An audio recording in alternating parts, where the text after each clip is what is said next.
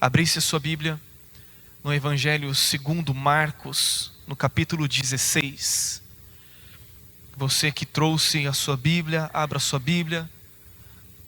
Ou se não, abra aí o seu aplicativo. Só coloca o celular aí no modo avião, para você não ficar vendo nenhuma mensagem perturbadora que vá roubar a semente da palavra de Deus, né? Evangelho de Marcos, capítulo 16.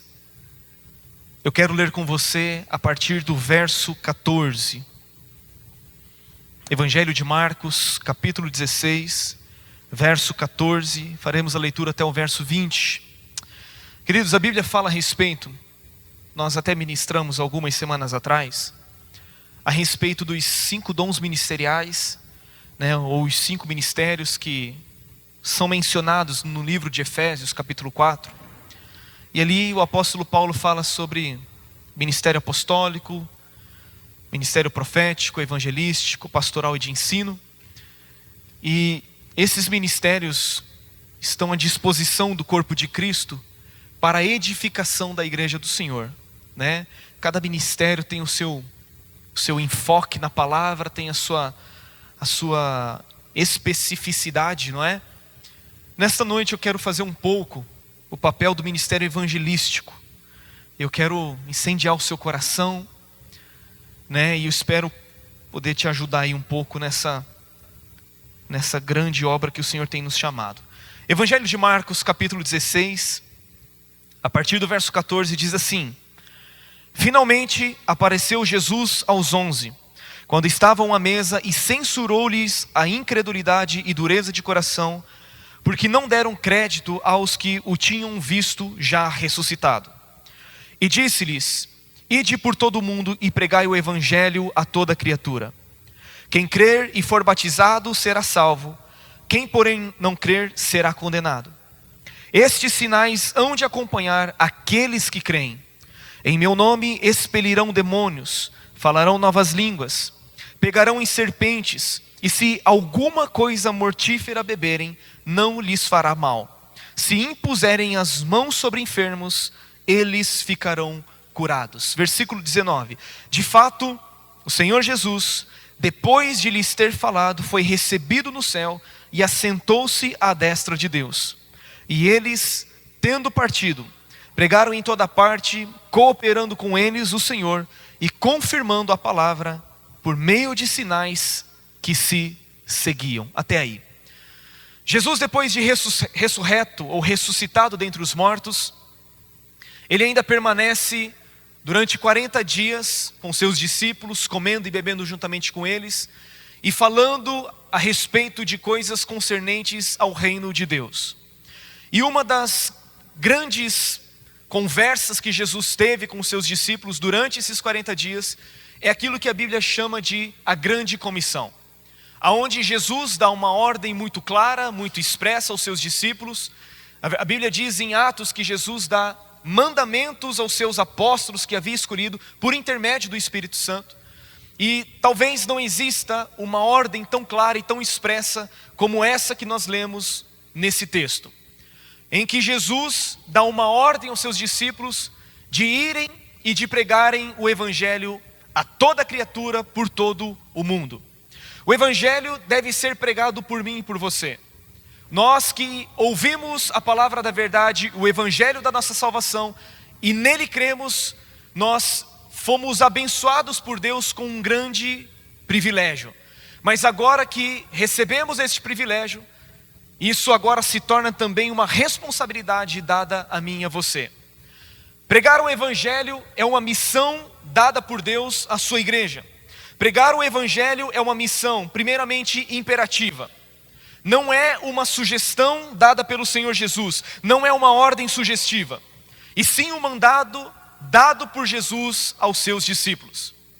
Este mandamento, esta ordem que Jesus dá, não apenas é direcionada aos seus apóstolos, não é apenas direcionada aos seus discípulos da igreja primitiva, mas pregar o evangelho é uma ordem imperativa que vai durar até o fim da igreja nesta era.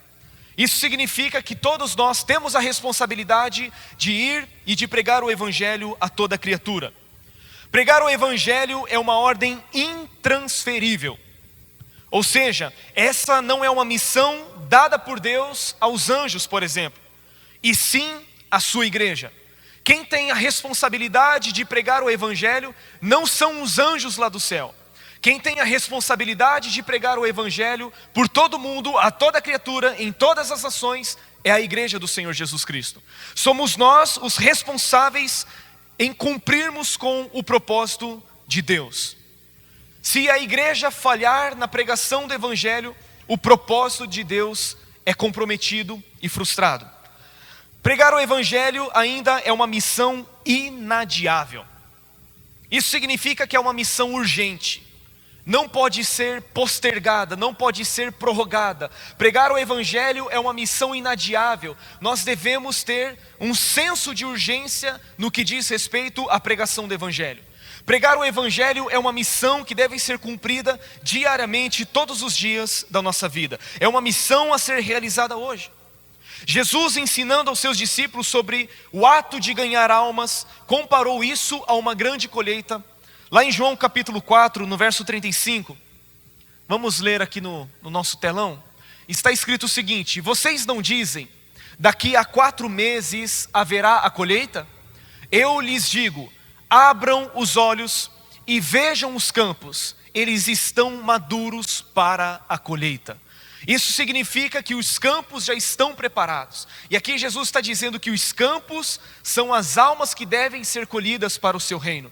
Isso significa que nós não devemos deixar para daqui a 4 meses, como os discípulos pensavam que a colheita ainda estava distante. Nós devemos pregar o evangelho hoje. É uma missão inadiável. Você pode dizer amém por isso? Todos nós que recebemos o evangelho, o que é um grande privilégio, temos a responsabilidade de transmiti-lo.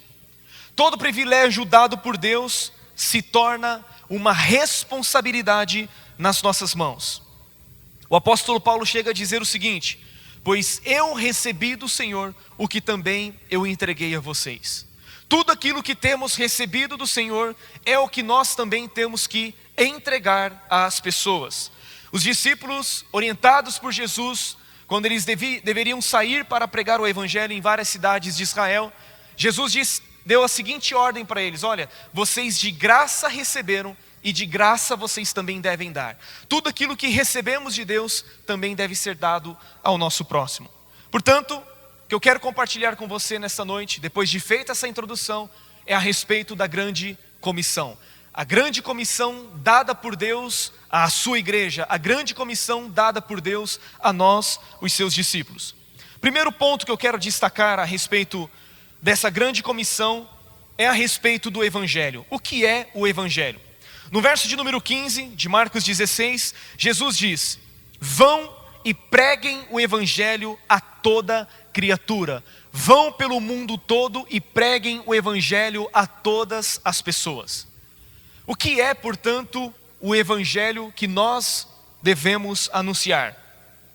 O significado da palavra evangelho é boa notícia. Talvez a melhor definição de evangelho é a boa notícia de Deus ao homem. A boa notícia, ou a boa nova, é o próprio Jesus Cristo. A boa notícia, o próprio evangelho fala da pessoa de Jesus. Para Marcos, quando ele escreve este evangelho, a história de Jesus é a boa nova a ser proclamada. O evangelho é a mensagem de que Deus está trazendo libertação ao cativo, quebrando o poder do diabo, do pecado e da morte. Pelo evangelho proclamamos que em Jesus o curso da história tem sido mudado. Jesus, pela sua morte e ressurreição, estabeleceu o seu reino. Isso é a grande boa nova do evangelho. Esta é a grande notícia. Quando o anjo do Senhor aparece para os pastores que apacentavam os rebanhos na vigília da noite, e ali eles recebem o anúncio de que Jesus havia nascido. Lá em Lucas, no capítulo 2, no verso 10 e 11, está escrito o seguinte: não tenham medo, estou trazendo boas novas de grande alegria para vocês, que são para todo o povo. Hoje, na cidade de Davi nasceu o Salvador, que é Cristo o Senhor. O anjo aparece para eles e diz: eu estou trazendo para vocês o Evangelho. O anjo aparece para os pastores e diz: o que eu estou trazendo para vocês é uma ótima notícia, uma grande notícia, a melhor notícia de todos os tempos. O que eu estou trazendo para vocês é a notícia que hoje nasceu na cidade de Davi o Salvador, que é Cristo o Senhor. Aqui o anjo está anunciando e falando a respeito de 3 coisas que Jesus faz. Jesus é o Salvador, Jesus é o Cristo, o ungido de Deus, e Jesus também é o Senhor. Aleluia! Você pode dar um glória a Deus por isso? É a boa notícia que o anjo traz então para os pastores que apacentavam os seus rebanhos. O Evangelho é a boa notícia do amor de Deus. O Evangelho é a notícia do eterno, incondicional e sacrificial amor de Deus pelo homem, mesmo que este seja pecador e merecedor da condenação eterna. Isso é o Evangelho. É o Evangelho que anuncia o amor incondicional de Deus pelo homem. O homem, mesmo merecendo a condenação, mesmo merecendo a punição eterna, recebe a notícia de que Deus o ama, de que Deus o ama incondicionalmente, e que naquela cruz em que Jesus foi crucificado, todos os seus pecados foram perdoados e redimidos através do seu sangue. Esta é a grande notícia, a boa notícia do amor de Deus.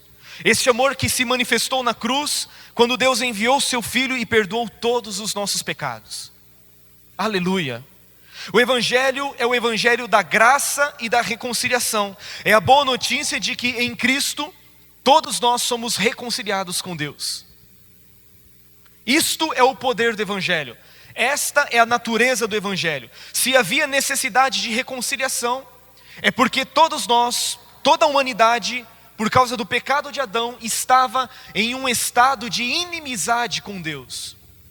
Se havia a necessidade de reconciliação, e a Bíblia diz que Deus nos reconciliou através de Cristo, é porque nós estávamos em um estado de inimizade com Deus.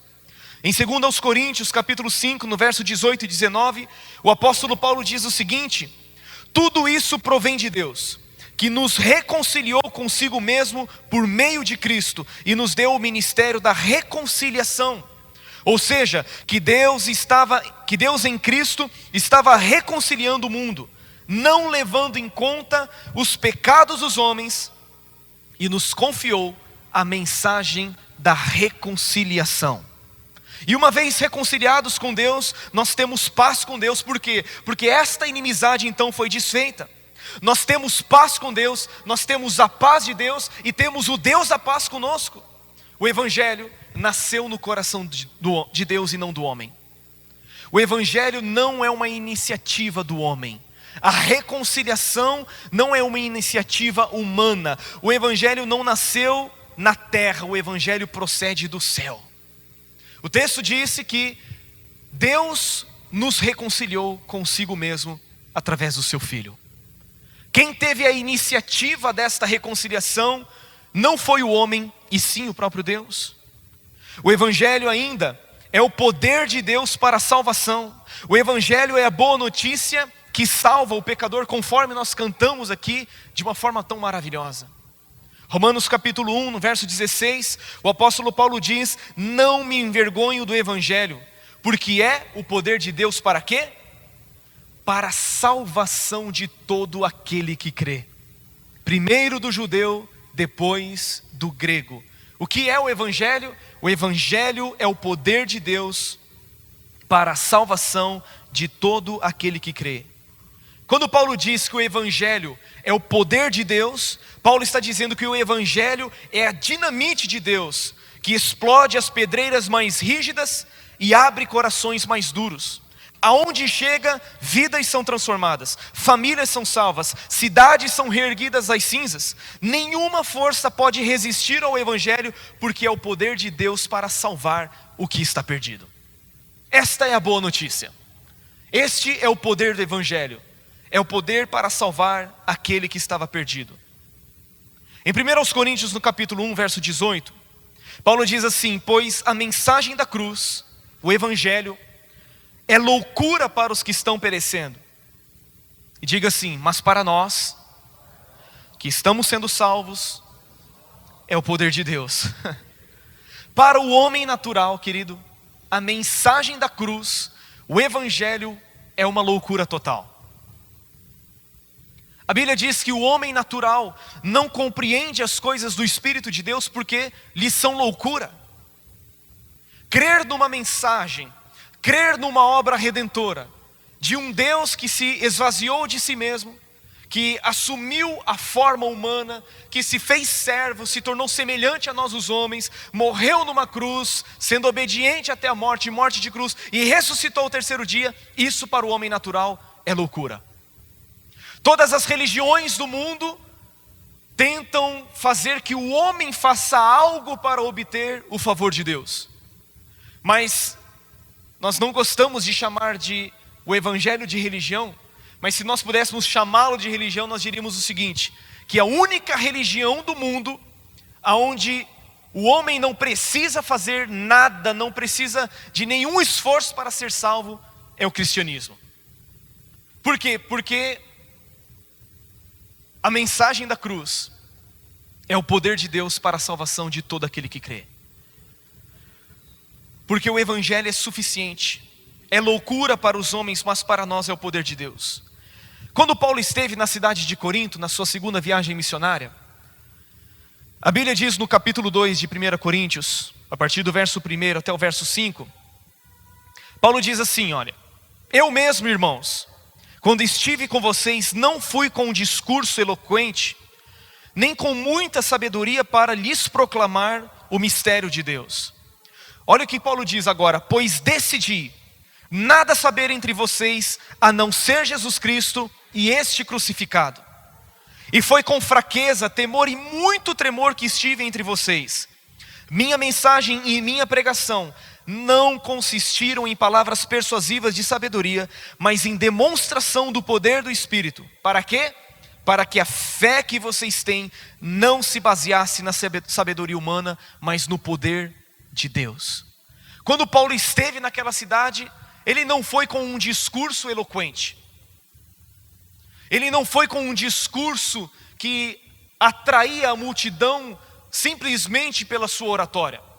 Paulo decidiu, tomou uma decisão de não saber nada entre eles a não ser a respeito de Jesus Cristo e este crucificado. E Paulo diz isso por quê? Para que a fé daqueles irmãos não se apoiasse na sabedoria humana, e sim no poder de Deus. O que é ter a fé apoiada, fundamentada no poder de Deus? É ter a fé fundamentada no evangelho. É ter a fé fundamentada na mensagem da cruz.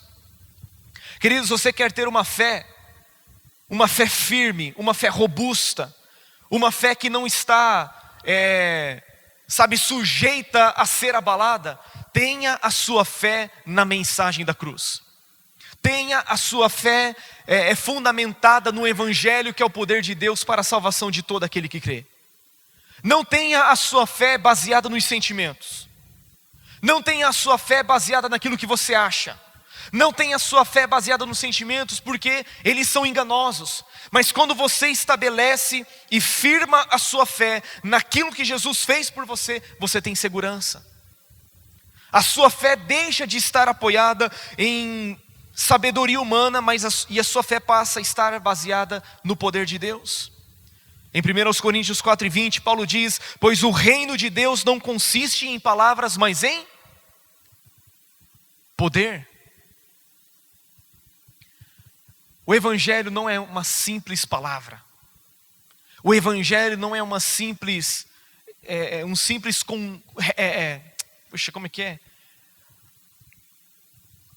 código de conduta. Seria essa a palavra exata. Crer na mensagem da cruz, crer no evangelho, não é você simplesmente abraçar um código de conduta, um código de regra. É você abraçar uma mensagem transformadora. É você abraçar uma mensagem que transforma a sua vida. E é esta mensagem que precisamos proclamar. Somente o Evangelho pode dar esperança ao homem, preencher o vazio de sua alma e saciar a sua sede. Aleluia! Em segundo lugar, segundo ponto, voltando para o texto de Marcos capítulo 16, Jesus nos mostra que há somente duas decisões em relação ao Evangelho. No verso 16 ele diz o seguinte: quem crer e for batizado será salvo, quem porém não crer será condenado. Há somente duas atitudes, duas posturas em relação ao Evangelho. Ou nós recebemos, cremos e obedecemos, ou nós rejeitamos, não crendo na mensagem do Evangelho. Perceba que Jesus está dizendo o quê? Que os que creem e são batizados é que são salvos. E ele diz que os que não creem serão condenados. Mas a necessidade para a salvação é a fé, simplesmente. O batismo é uma consequência de uma pessoa salva. Jesus está dizendo que aquele que crer e for batizado será salvo. O que não crer será condenado. Alguém pode ser salvo sem ter sido batizado? Sim ou não? Sim. Nós temos o exemplo do ladrão da cruz, que no final da sua vida se arrependeu, não teve tempo de ser batizado, porque ele estava pregado na cruz e sentenciado à morte. E ele disse para Jesus: Senhor, lembra-te de mim quando vieres no teu reino. E Jesus disse o que para ele? O que Jesus disse, Luiz? Hoje mesmo estarás comigo no paraíso. Aquele irmão que inaugurou o céu, né? Ele está lá, sem ter sido batizado. Portanto, o batismo é uma evidência de que a pessoa foi salva.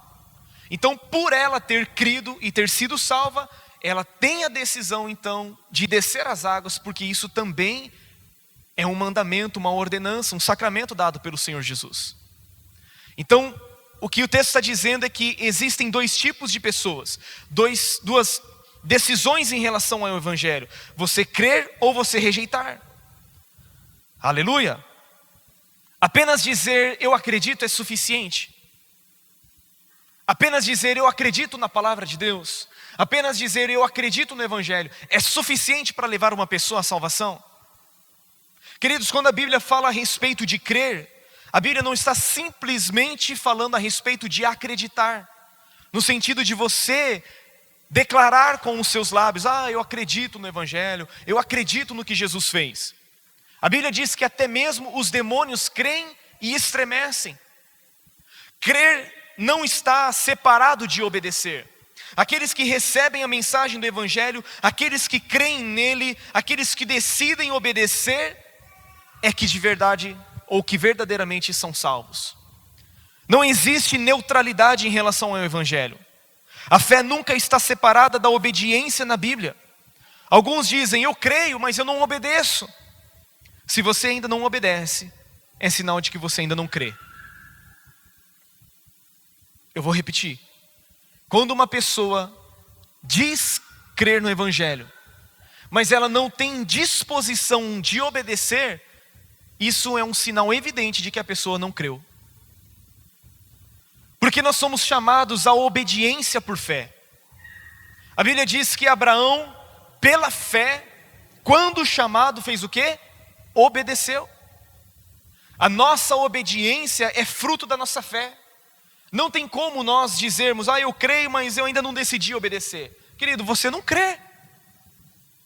Porque fé e obediência são inseparáveis. A obediência é um sinal evidente de que você creu. A mensagem do Evangelho precisa ser recebida e crida. É para os que creem que a salvação se manifesta. Há somente duas atitudes em relação ao Evangelho. Ou nós cremos e decidimos obedecer a Cristo, ou nós não cremos e rejeitamos a sua mensagem. Ou cremos e somos salvos, ou rejeitamos e somos condenados. Ou seja, querido, não existe evangélico nominal. nós estamos vendo crescer nos dias de hoje o tal do evangélico nominal. Ou em outras palavras, eu sou evangélico não praticante. Já viu isso? Antigamente nós tínhamos aqui no Brasil o católico não praticante. Mas agora decidiram abrir uma nova classe de gente no Brasil. O evangélico não praticante. Não existe isso, gente. Ou nós somos, ou não somos. Olha só o que diz em João capítulo 3, verso 17. Jesus está dizendo, quem nele crê, quem crê no Filho, não é condenado. Mas quem não crê já está condenado por não crer no nome do Filho unigênito de Deus. João 3,36 diz ainda assim, quem crê no Filho tem a vida eterna. Já quem rejeita o Filho não verá vida, mas a ira de Deus permanece sobre ele. Queridos, nós estamos falando aqui de pregar o Evangelho às pessoas. E para você e eu pregarmos o Evangelho, nós precisamos de duas coisas. Primeiro, nós precisamos ter consciência da eternidade.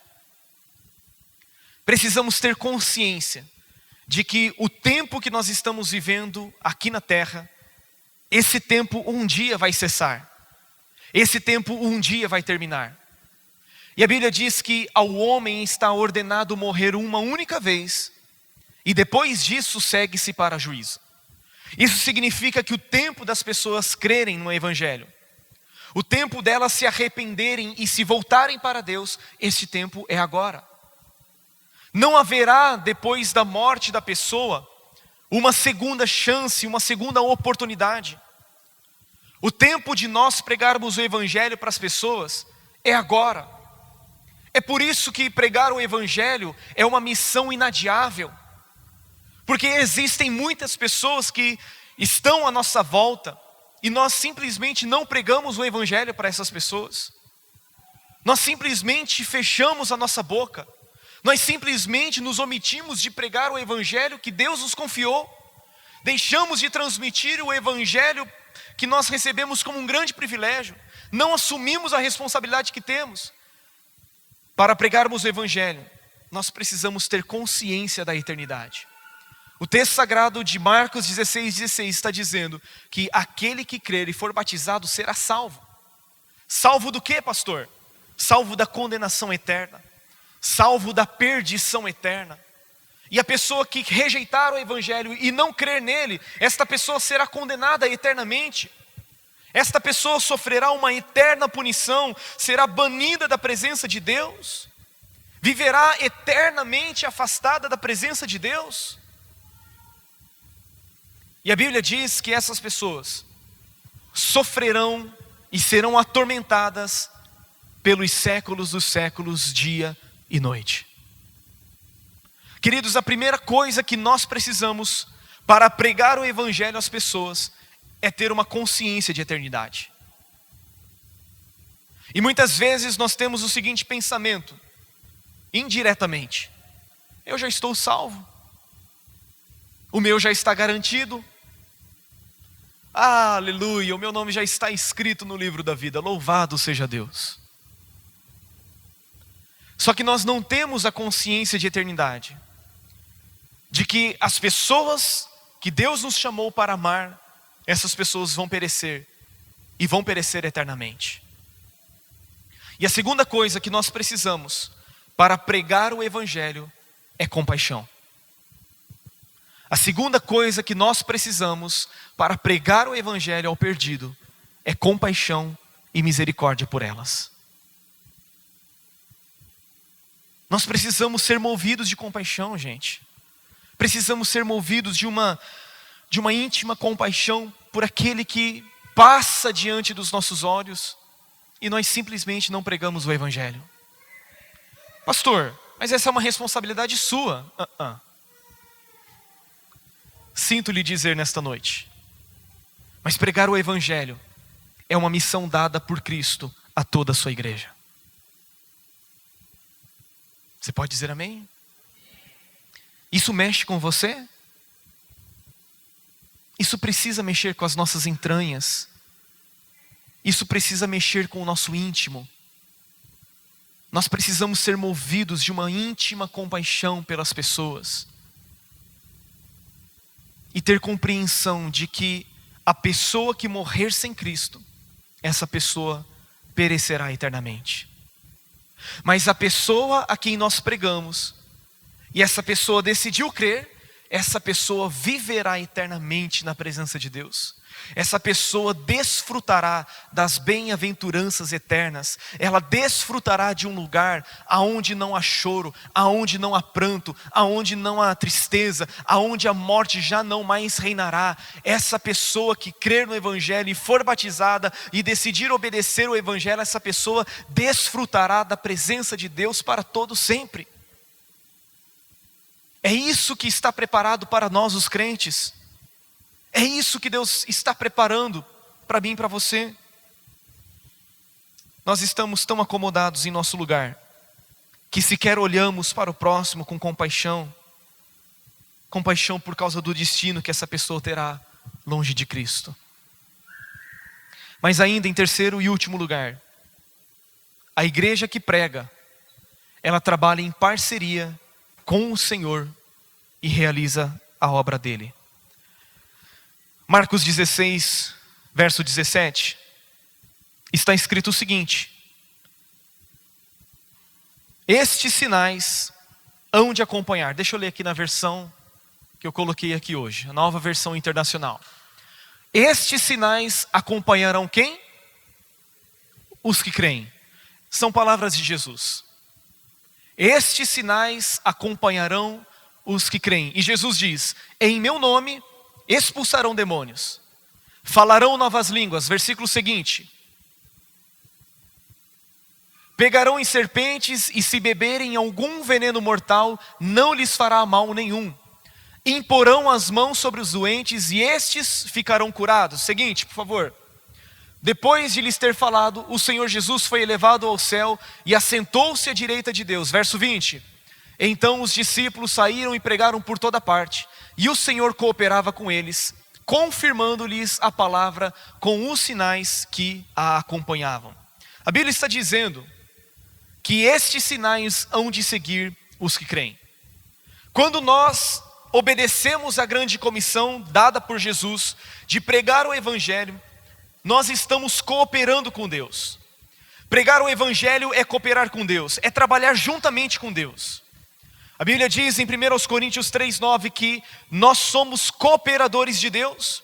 Estamos trabalhando numa missão juntamente com o Senhor. Deus conta comigo e com você nesta missão de pregar o Evangelho. Você pode dizer amém por isso? Mas assim como Deus conta conosco, nós também podemos e devemos contar com a cooperação de Deus. O que isso significa, pastor? Significa que quando você prega o Evangelho, você está cooperando com Deus. Mas quando você prega o Evangelho, Deus coopera com você. O texto está dizendo, que nós lemos, que os sinais vão seguir aqueles que creem.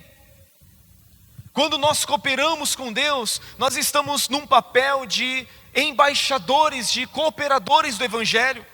Paulo diz isso em 2 Coríntios 5, 19 e 20. Deus estava em Cristo reconciliando o mundo, não levando em conta os pecados dos homens, e olha só, e nos confiou a mensagem da reconciliação. Portanto, somos embaixadores de Cristo, como se Deus estivesse fazendo o seu apelo por nosso intermédio. Por amor a Cristo suplicamos, reconciliem-se com Deus. A palavra de Deus está dizendo que Deus nos confiou a palavra da reconciliação. Depois de Deus ter enviado o seu Filho Jesus, reconciliado o mundo consigo mesmo, agora Ele nos confia esta mensagem da reconciliação. Agora quem tem a responsabilidade de proclamá-la somos nós. O texto está dizendo que nós somos embaixadores de Deus. A embaixada é a presença oficial de uma nação instalada dentro do território de uma outra nação. A igreja é a embaixada do reino de Deus na terra. A igreja é a nação santa vivendo em um território alheio, pois nós não somos deste mundo e agora nós somos embaixadores. Devemos falar em nome daquele que nos enviou. Meu Deus! Nós somos embaixadores de Cristo na terra. Jesus nos confiou uma responsabilidade. Nós estamos aqui como seus representantes. Ele nos deu uma procuração, conforme o Carlos disse no batismo aquele dia: vão e batizem em nome do Pai, do Filho e do Espírito Santo. É como se o próprio Deus, como se o próprio Cristo, como se o próprio Espírito Santo estivesse realizando a sua obra através de nós. Somos embaixadores de Cristo, aleluia. Olhe para o seu irmão e diga para ele assim: você é um embaixador de Cristo. Ah, meu Deus. 2 Coríntios 6:1, Paulo diz: como cooperadores de Deus, insistimos com vocês para não receberem em vão a graça de Deus. Ele nos confiou a palavra da reconciliação. Amados, e quando nós pregamos esta mensagem,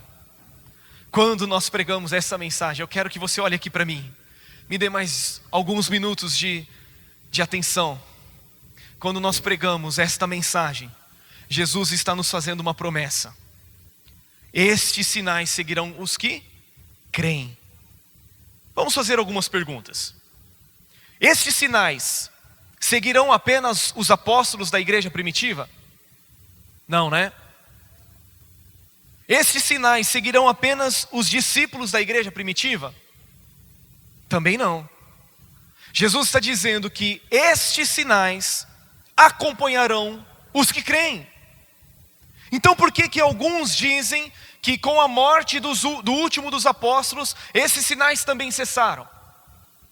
Se por um lado existem aqueles que creem que esses sinais já não são mais manifestados, por outro lado nós vemos alguns que inventam sinais, que inventam milagres, mas nós cremos no Deus que continua realizando milagres, operando prodígios, realizando maravilhas através da sua igreja, através do seu povo, nós que somos os seus embaixadores. Jesus está dizendo: quando vocês pregarem, eu confirmarei a palavra com esses sinais. E no versículo de número 20 está dizendo que quando os discípulos partiram pregando o evangelho em toda parte, cooperava com eles o Senhor e confirmava a palavra por meio de sinais que se seguiam. Os sinais vão seguir aqueles que creem. Quando você pregar o evangelho, pregue o evangelho com poder. Quando você pregar o evangelho, pregue o evangelho com sinais. Expulse demônios, cure os enfermos. Esta ordem já foi dada por Jesus. Estes sinais vão seguir aqueles que creem no nome dele. O mais importante aqui, irmãos, não é a fé em si, e sim o objeto da fé, porque Jesus está dizendo: olha, os sinais vão seguir os que creem, em meu nome realizarão milagres. Não é fé na fé, é fé no nome. Se eu pudesse interpretar esse versículo para você, eu diria o seguinte: estes sinais acompanharão os que creem em meu nome, : expulsarão demônios, curarão os enfermos, realizarão prodígios e maravilhas. É isso que Jesus está dizendo. Não é a fé na fé, mas é a fé no nome dele. Meu irmão, Jesus, como um homem cheio do Espírito Santo, ele pregava e também realizava sinais. A Bíblia diz em Atos capítulo 10, versículo 38, de como Deus ungiu a Jesus de Nazaré com o Espírito Santo e com poder, o qual andou por toda parte fazendo bem e curando a todos os oprimidos do diabo. Aleluia.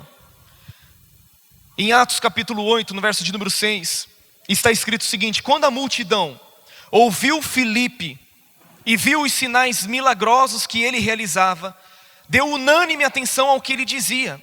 Olha só, os espíritos saíam de muitos, dando gritos, e muitos paralíticos e mancos foram curados. Assim houve grande alegria naquela cidade. As pessoas ouviam e viam os sinais que Filipe realizava. Filipe pregava aos ouvidos, mas ele pregava também aos olhos. Ele não apenas pregava o evangelho, mas ele também curava os enfermos. Ele também realizava sinais. Os demônios saíam das pessoas, os paralíticos se levantavam. Talvez você esteja pensando: pastor, mas isso não é para mim. Pastor, mas eu sou tão pecador que eu acho que Deus jamais faria uma obra tão gloriosa através de mim. Não, meu irmão, eu quero dizer que Deus não chama homens perfeitos. Deus não chama pessoas que não erram, porque se Ele procurasse pessoas que não erram para realizar a sua obra, Ele não usaria ninguém. Ele usa homens imperfeitos. Ele faz de mim e de você instrumentos preciosos em suas mãos. Deus não morreu com o último dos apóstolos, mas Ele continua vivo. Em João capítulo 14, no verso de número 12, Jesus diz assim: digo a verdade, aquele que crê em mim fará também as obras que tenho realizado, fará coisas ainda maiores do que estas, porque estou indo para o Pai. Eu farei o que vocês pedirem em meu nome, para que o Pai seja glorificado. O que vocês pedirem em meu nome, eu farei.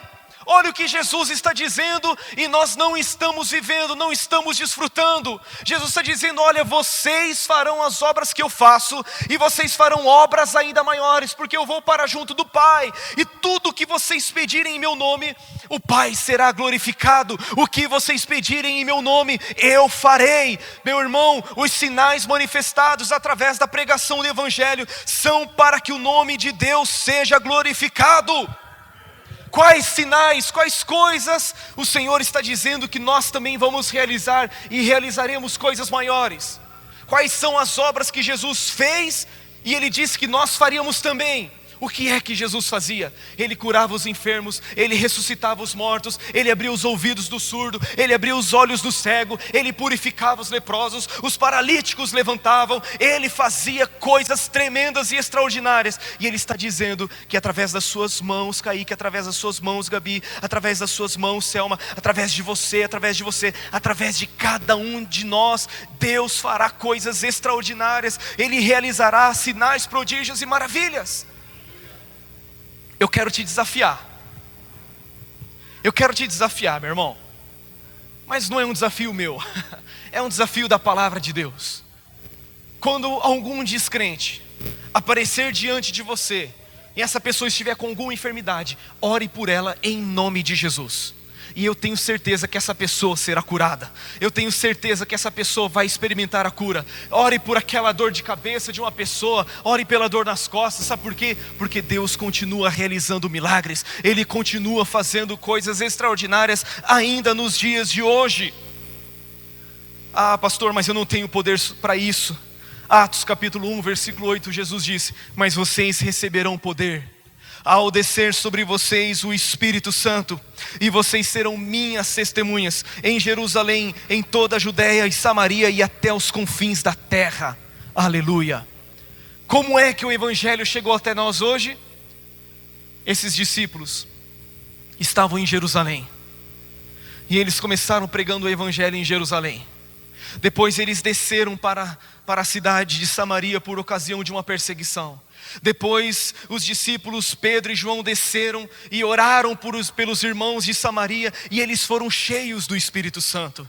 Ah, mas o Evangelho não parou por aí. Por quê? Porque começou a alcançar também os gentios, alcançando a casa de Cornélio. Depois o Evangelho foi sendo pregado na região da cidade de Antioquia, e o Evangelho começou a ser espalhado pelo mundo, na região da Galácia, na região da Macedônia. O Evangelho sendo espalhado por toda a Europa, o Evangelho sendo espalhado também na Grécia, na Ásia Menor. O Evangelho começou a ser pregado, ser difundido, ser espalhado, até que nós aqui estamos. E Deus sempre realizou sinais, prodígios e maravilhas através do nome do seu Filho Jesus Cristo. E hoje nós estamos aqui, irmãos, nos confins da terra. Mas eu quero dizer para você, existe muita gente que ainda não foi alcançada por Deus. Existe muita gente que ainda não foi salva, que precisa ouvir o Evangelho, que é o poder de Deus para a salvação daquele que crê. E Deus conta com você e comigo nesse dia. Deus conta comigo e com você neste tempo. Este é o verdadeiro Evangelho. O Evangelho de Deus, o Evangelho de Cristo, que é o poder de Deus para a salvação de todo aquele que crê. Mas o que tem acontecido? Que nós não temos visto milagres. O que tem acontecido? Que nós não temos visto as coisas acontecerem diante dos nossos olhos. Será que o problema está em Deus? Será que o problema está em Deus? Por causa dos sinais que não aparecem diante dos nossos olhos. Essas coisas têm deixado de acontecer porque nós estamos muito, mas muito preocupados com as coisas da terra. Estamos muito preocupados com as coisas terrenas. O apóstolo Paulo chega a dizer em Filipenses capítulo 3, de pessoas cujo Deus é o próprio ventre, visto que essas pessoas só se preocupam com as coisas desta terra. Meu irmão, eu quero dizer para você, se você foi ressuscitado em Cristo, se você está em Cristo, você deve pensar nas coisas que são lá do alto, onde Cristo vive e está sentado à direita de Deus. Se você foi ressuscitado com Cristo, você tem que buscar as coisas lá do alto. Meu irmão, chega de vivermos em prol das coisas terrenas.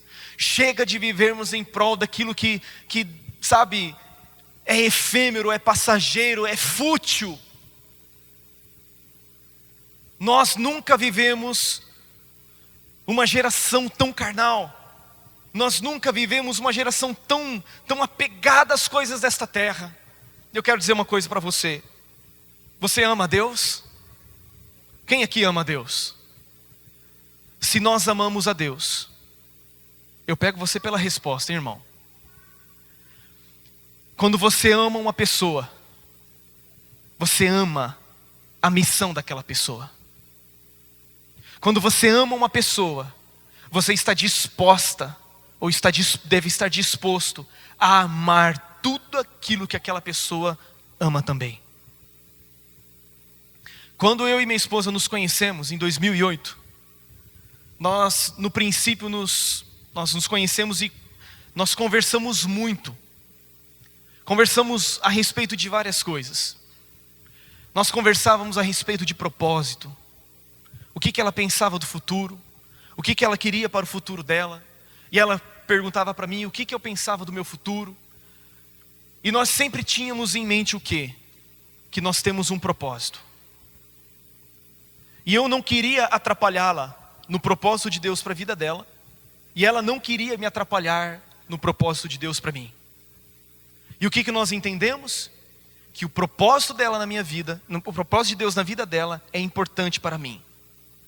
E o propósito de Deus na minha vida é importante na vida dela também. Ou seja, existe uma união de propósito. Quando você entra em aliança com alguém, com uma pessoa, você assume também as responsabilidades. Você passa a amar também aquilo que aquela pessoa ama. Se nós dizemos que amamos a Deus, nós devemos amar pessoas. Se nós dizemos que amamos a Deus, nós devemos ser apaixonados, desesperados pela grande comissão. Jesus disse: vão e preguem o evangelho em todas as nações, a toda criatura. Você sabe o que pulsa no coração de Deus? Pessoas, almas, pessoas, almas, pessoas, almas, pessoas e almas. E nós vivemos, sabe para quê? Nós vivemos por coisas. Nós vivemos por causa de coisas. Nós servimos a Deus por causa de coisas. E se Deus não nos dá coisas, nós reclamamos com Deus. Meu irmão, deixa eu falar uma coisa forte para você. Se você não tem a capacidade de confiar que Deus vai suprir as suas necessidades, como você ousa crer em Deus que te dá a vida eterna? Como você ousa acreditar que Deus vai te dar a vida eterna? Se Deus não pode suprir minha necessidade material, Deus também não pode me dar o mais precioso, que é a vida eterna.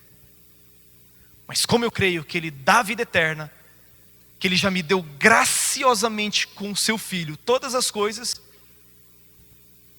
eu embarco na missão juntamente com Ele. Por que os milagres não têm acontecido? Porque nós estamos por demais apegados às coisas terrenas. Não experimentamos poder porque não entramos no lugar de oração. Porque as reuniões de oração das igrejas estão no CTI, gente. Não experimentamos poder, não experimentamos uma vida poderosa, Não pregamos o evangelho com sinais, prodígios e maravilhas, porque não entramos num lugar de oração. Porque não nos unimos como igreja para orar a Deus e pedir a Ele poder. A Bíblia diz que os apóstolos, eles se consagraram à oração e ao ministério da palavra. Por que a oração em primeiro lugar? Porque sem oração, o ministério da palavra não tem eficácia. Então nós devemos nos consagrar à oração e ao ministério da palavra, para que a palavra tenha poder, para que a palavra cumpra o propósito pelo qual ela está sendo pregada. Queridos, eu tenho falado repetidas vezes, nós precisamos entrar num lugar de oração, mas não apenas individualmente, nós precisamos como igreja nos unir em oração. Nós temos uma reunião de oração semanal das 19 horas até as 19h30. E queridos, são sempre os mesmos que participam. São sempre os mesmos que participam. Se nós queremos ver Deus fazer algo neste lugar, nesta cidade, nesta nação, nós precisamos nos unir em oração. São 3 coisas que mudam a vida de um crente: oração, jejum e leitura da palavra. Essas 3 coisas são assim suficientes para você conhecer a Deus e você experimentar um crescimento espiritual. Agora, se você não consegue ler a palavra, se você não consegue ter uma vida de oração, se você não consegue participar de um dia de jejum por mês, meu irmão, como que nós vamos experimentar o poder de Deus? Nós precisamos amar as coisas lá do céu. Nós precisamos amar pessoas. Nós precisamos amar aquilo que Deus ama também. Em Lucas 24, versículo 49, o último versículo, Jesus diz assim: eu envio a vocês a promessa de meu Pai. Fiquem na cidade até serem revestidos do poder do alto. Fiquem na cidade até quando? Até serem revestidos do poder lá do alto. Até quando devemos orar? Até que do alto nós sejamos revestidos de poder. Precisamos perseverar em oração. Precisamos ser diligentes na busca por este poder.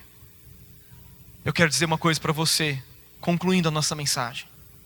Deus conta com você. Deus conta comigo. Pregue o evangelho. Fale do amor de Deus. Fale do amor de Cristo para as pessoas. Se aquela pessoa der uma bobeada na fila do banco, fale do amor de Jesus para ela. Se uma pessoa der bobeada na fila do supermercado, fale do amor de Jesus para ela. O apóstolo Paulo diz para Timóteo: Timóteo, meu filho, prega a palavra em tempo oportuno e fora de tempo também. Prega a palavra em todo tempo. Aquela heresia, que dizem por aí: prega o evangelho em todo tempo, se necessário use palavras. Isso não existe, gente. Pregue a palavra em todo tempo. Pregue o evangelho. Eu quero declarar sobre a sua vida que sinais, prodígios e maravilhas serão realizados através de você. Versículo 20 diz: e eles, tendo partido, pregaram em toda parte, cooperando com eles o Senhor e confirmando a palavra por meio de sinais que se seguiam. Vamos nos colocar em pé em nome de Jesus.